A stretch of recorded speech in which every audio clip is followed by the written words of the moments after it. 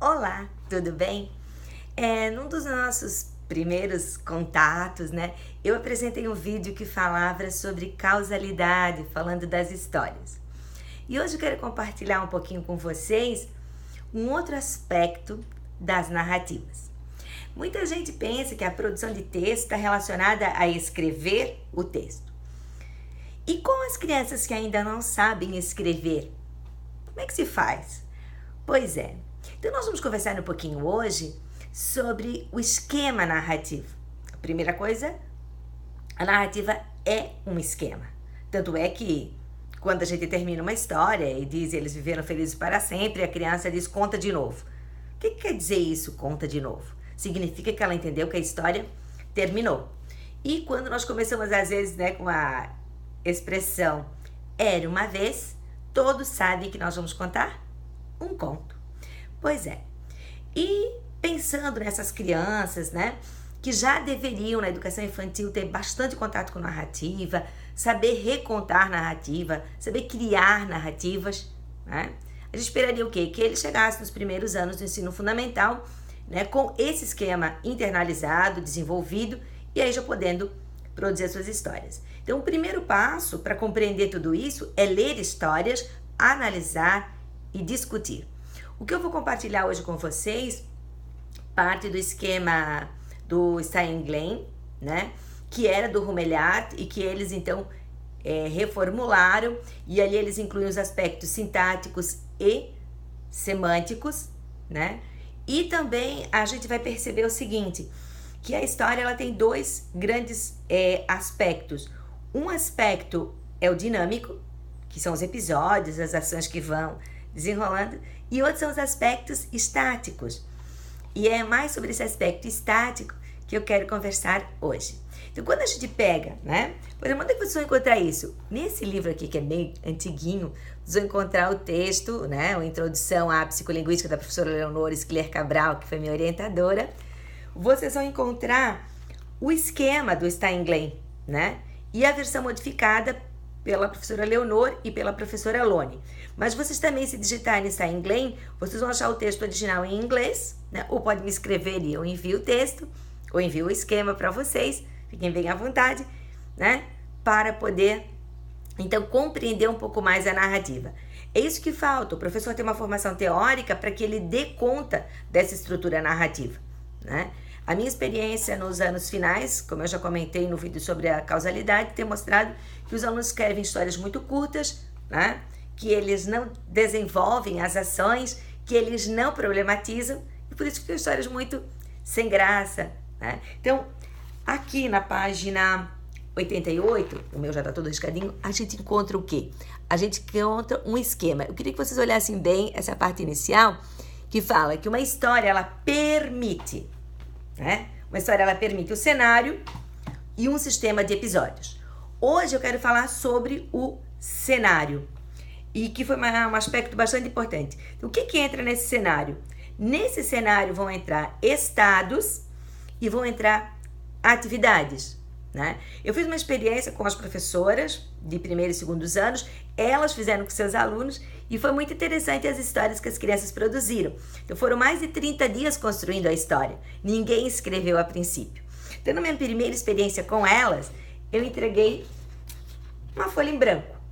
Eles estavam trabalhando em equipe, isso também é importante, que as crianças trabalhem em equipe, e eu dei personagens, elementos da narrativa, e depois dei os personagens, para eles irem colocando ali. Então, uma equipe recebeu os seguintes elementos: uma árvore, um cavalo,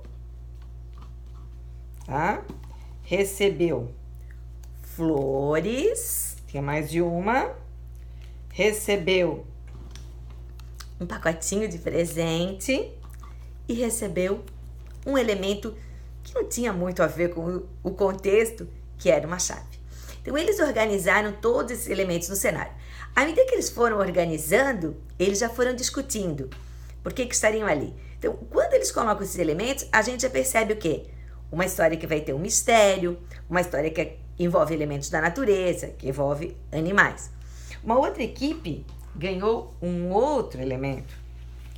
Ganhou esta casa. Estão vendo? A casa já leva para quê? Né? Para o mistério.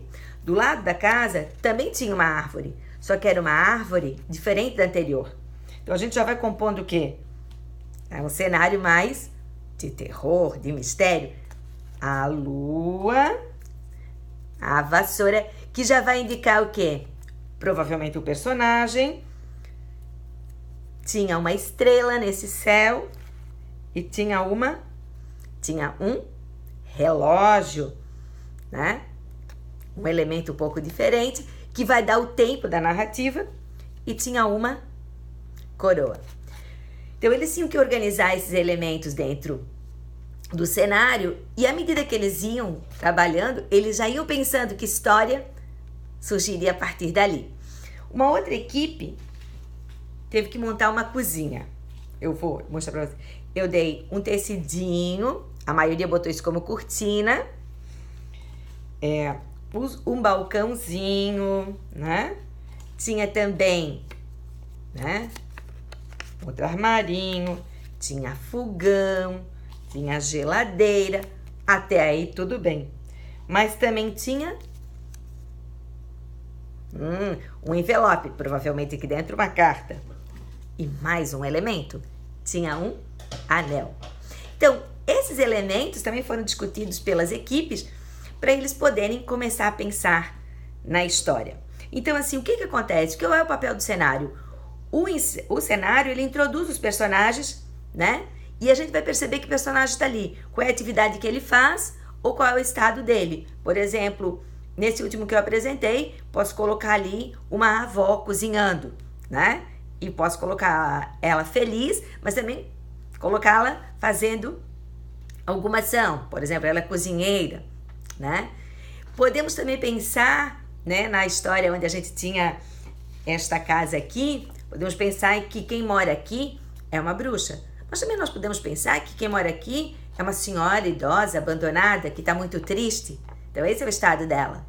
Mas eu posso também imaginar que quem morava nessa casa não mora mais, já morreu. E posso falar sobre essa pessoa. Era uma pessoa que tinha uma madeireira, por isso que fez essa casa toda de madeira. E eu vou pensando, né? Naquela que tinha o cavalo, eu posso ter ele como personagem principal, né? Então ele está ali, ele está triste, ele está cabisbaixo. Então toda essa expectativa que o cenário cria vai fazer com que a criança, né, e até mesmo o adulto, depois desenvolva a sua história, né? Então, gente, antes de começar a escrever, é preciso planejar. E planejar significa, numa história, pensar primeiro no seu cenário, né? Como é que é esse cenário? Se nós pensarmos num dia claro, num dia escuro, né? A gente já vai ter histórias diferentes. Se a gente pensar numa floresta iluminada, numa floresta cerrada, né? Toda fechadinha no escuro. Se nós pensarmos numa história de amor, vamos pensar de repente numa praia, um dia de sol, né? Ou um restaurante para um jantar romântico. Ou seja, o cenário, ele permite o desenvolvimento da história.